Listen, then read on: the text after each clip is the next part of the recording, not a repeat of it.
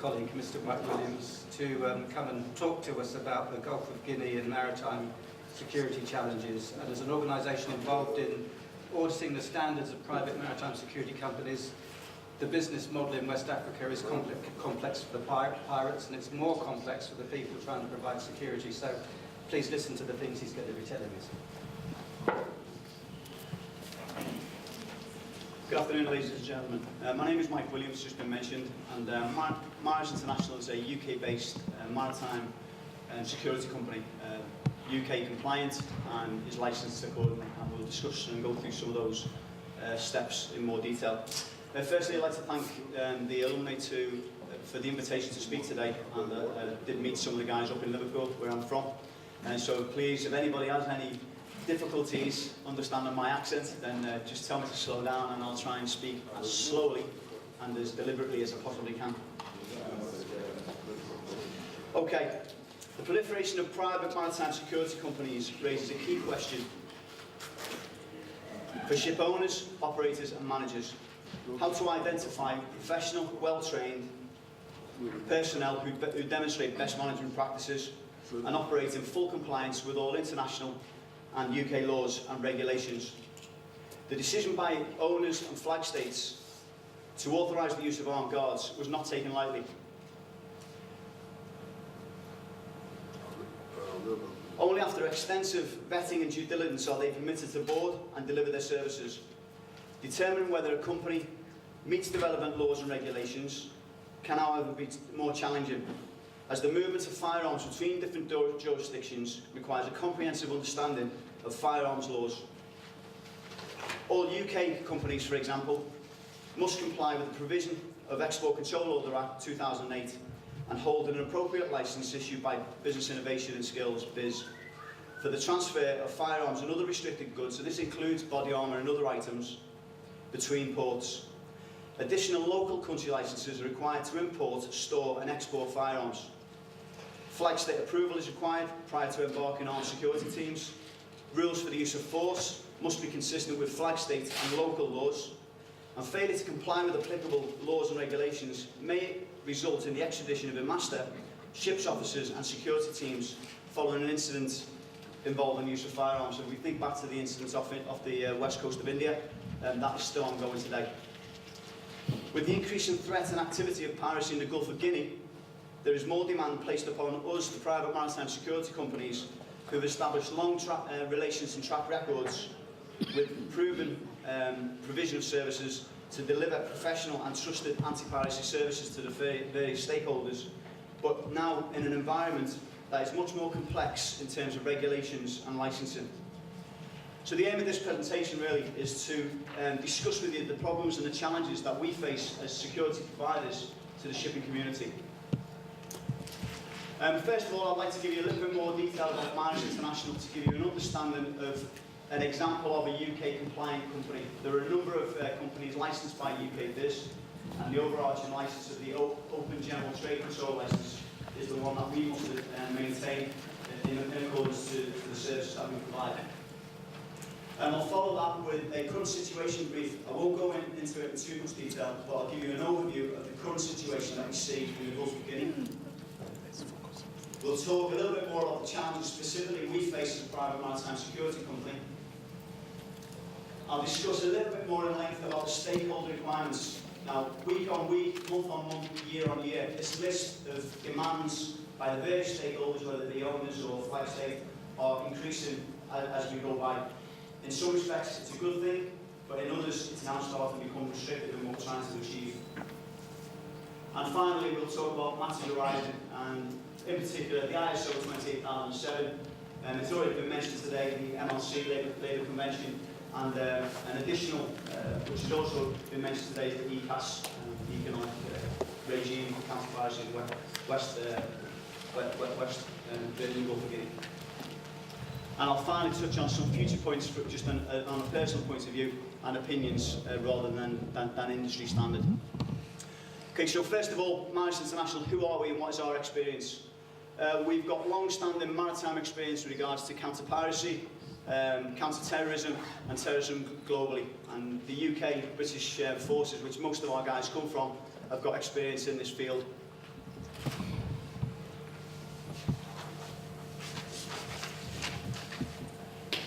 Maris represents one of many companies in the UK, of professional companies delivering key maritime security consultancy services which are tailored to the requirements of ship owners and managers operating in the high-risk areas of not only the Indian Ocean but also west of Africa.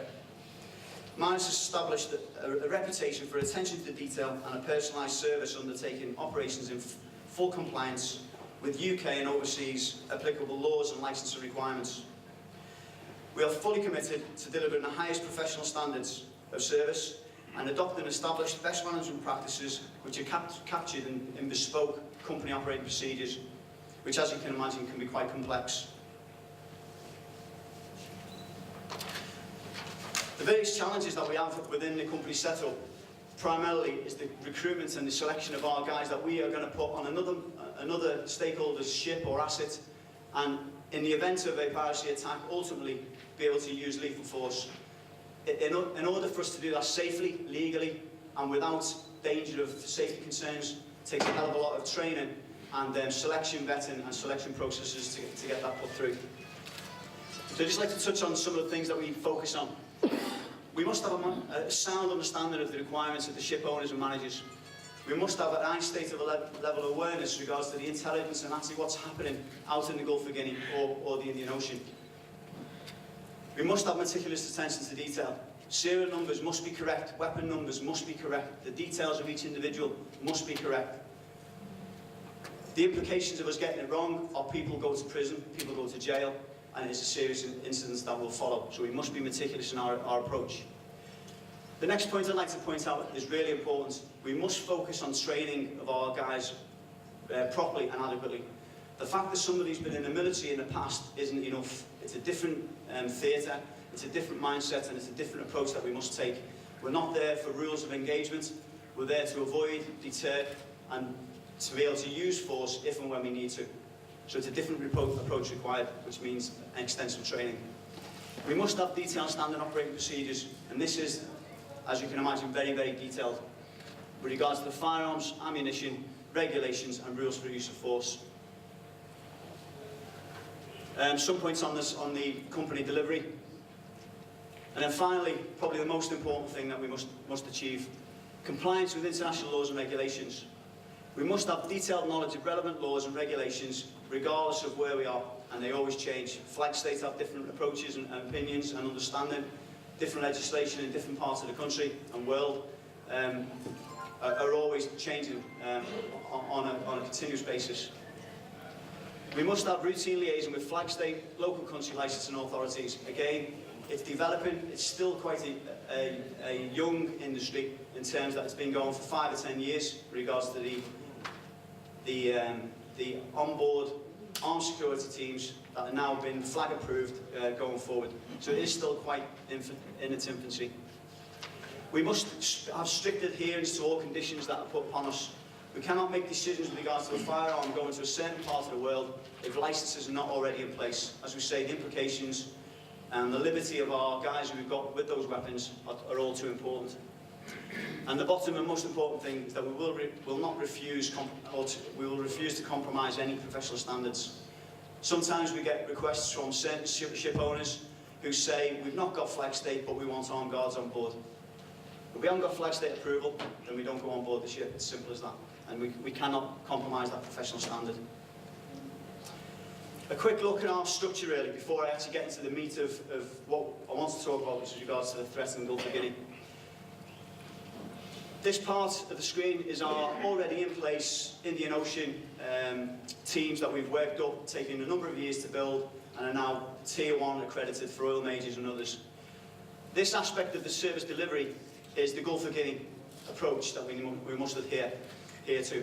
We've got long-standing relations with our clients now who trust in what we do and trust in the delivery of how we achieve things. The problem we've got in the Gulf of Guinea is we cannot bear weapons in no waters, in coastal waters, whether it be Togo, Ivory Coast, specifically Nigeria today. We cannot bear our own legally purchased, in warranty, licensed, end-user certificates weapons in that region, which causes problems for us. So what we do provide is our knowledge, our experience, which has been built up over many, many years, and ultimately trust with the ship owners, and they trust in what we provide. So this is the bit which I'll focus on. But to deliver this, we must get our training right and we must get our legals right. That training is very, very extensive. We're not ship security officers, we're not port facility security officers. To have that knowledge base, in addition to what we provide, is useful, but we are maritime security anti-piracy officers with a skill set that is bespoke to what we need to deliver. So the MCA provision of the security ship officer is not the model in which we need to follow, clearly, because there's firearms issues, training issues that we need to make sure that we've got in place. So those two aspects are really important.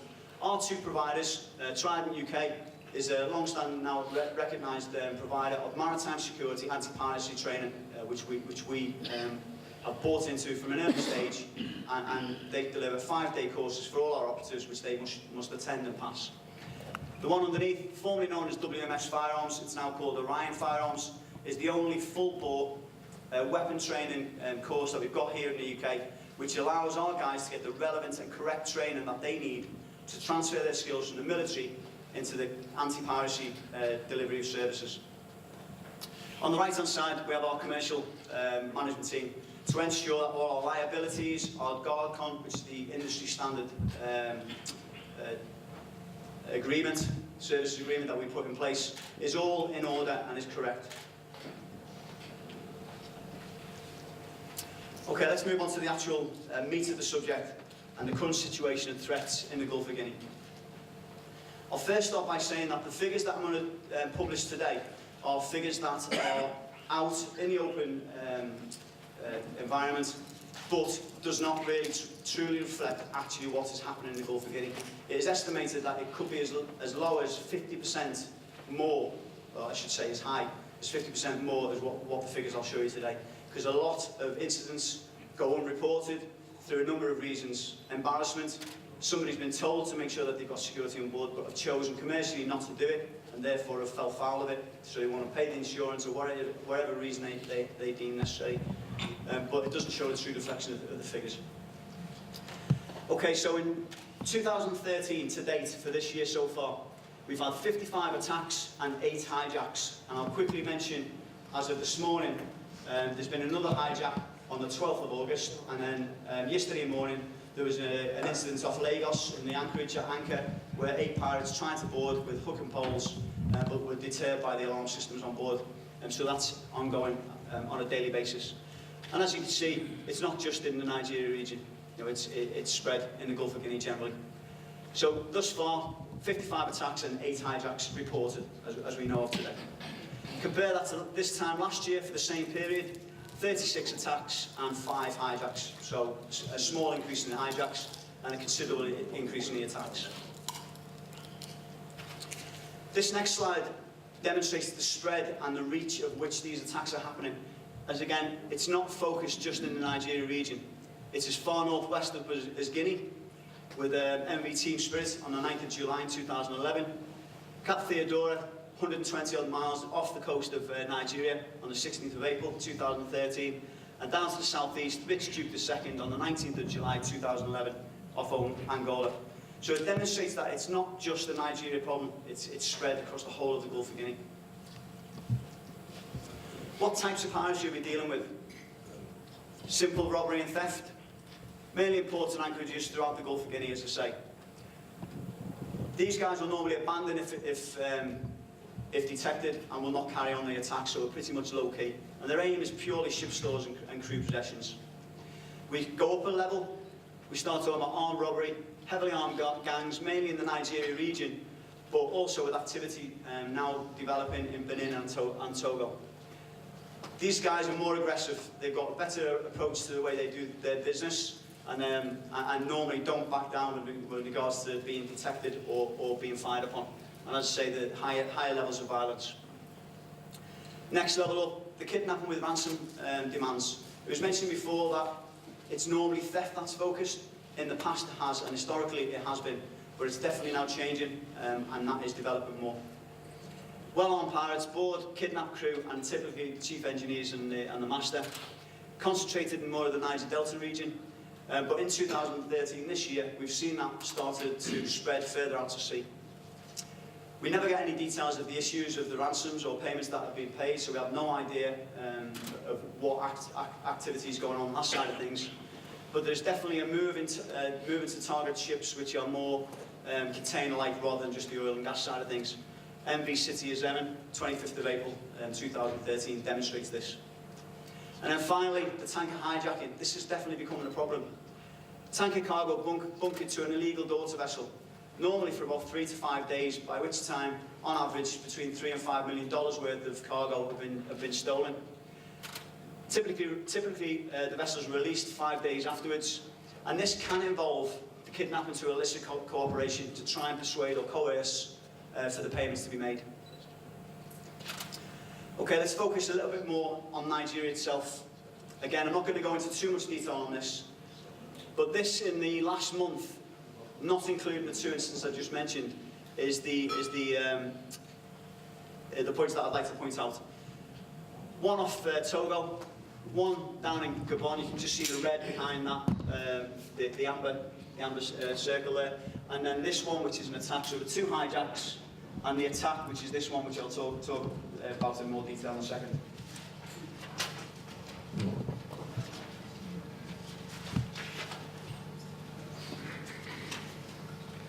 Okay, we just looked to hijack incident number 1. MV Ocean Centurion, armed pirates and 2 speedboats approached 45 nautical miles southeast of Lomé, Togo.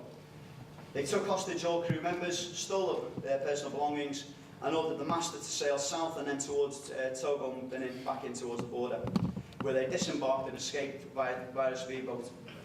12 nautical miles from the coastline, Togo Navy were informed about the hijacking, and a patrol boat was dispatched which escorted the tanker to Lomé anchorage for investigation.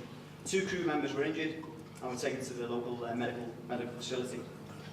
The second one, down towards Gabon, on the 14th of July this year, MV Cotton, pirates seized a Malta-flagged Turkish-owned tanker off the coast of Port Gentil, Gabon, and the officials said at the time MV Cotton had a crew of 20, all of them Indian. A Turkish Foreign Ministry official confirmed the incident, which happened on the 14th of July, stated, the owners of MV Cotton lost contact with the tanker late on the 14th, the Sunday. We believe it was captured by pirates in the region where such acts are now becoming commonplace. And then a later update, the Gabonese naval source said the tanker was attacked by 12 to 15 gunmen, all armed with AK-47s. So they're the 2 hijacks that happened this month. As I said, on the 12th of August, there's been another hijack off Lagos Anchorage, which has been returned. It got returned yesterday. So that makes it up to 3. But this one, I'd like to point out, obviously these are other attacks that have happened, and I won't go into too much detail, but this one is different because it's the first time it's happened in this instance. On the 30th of July, in that location,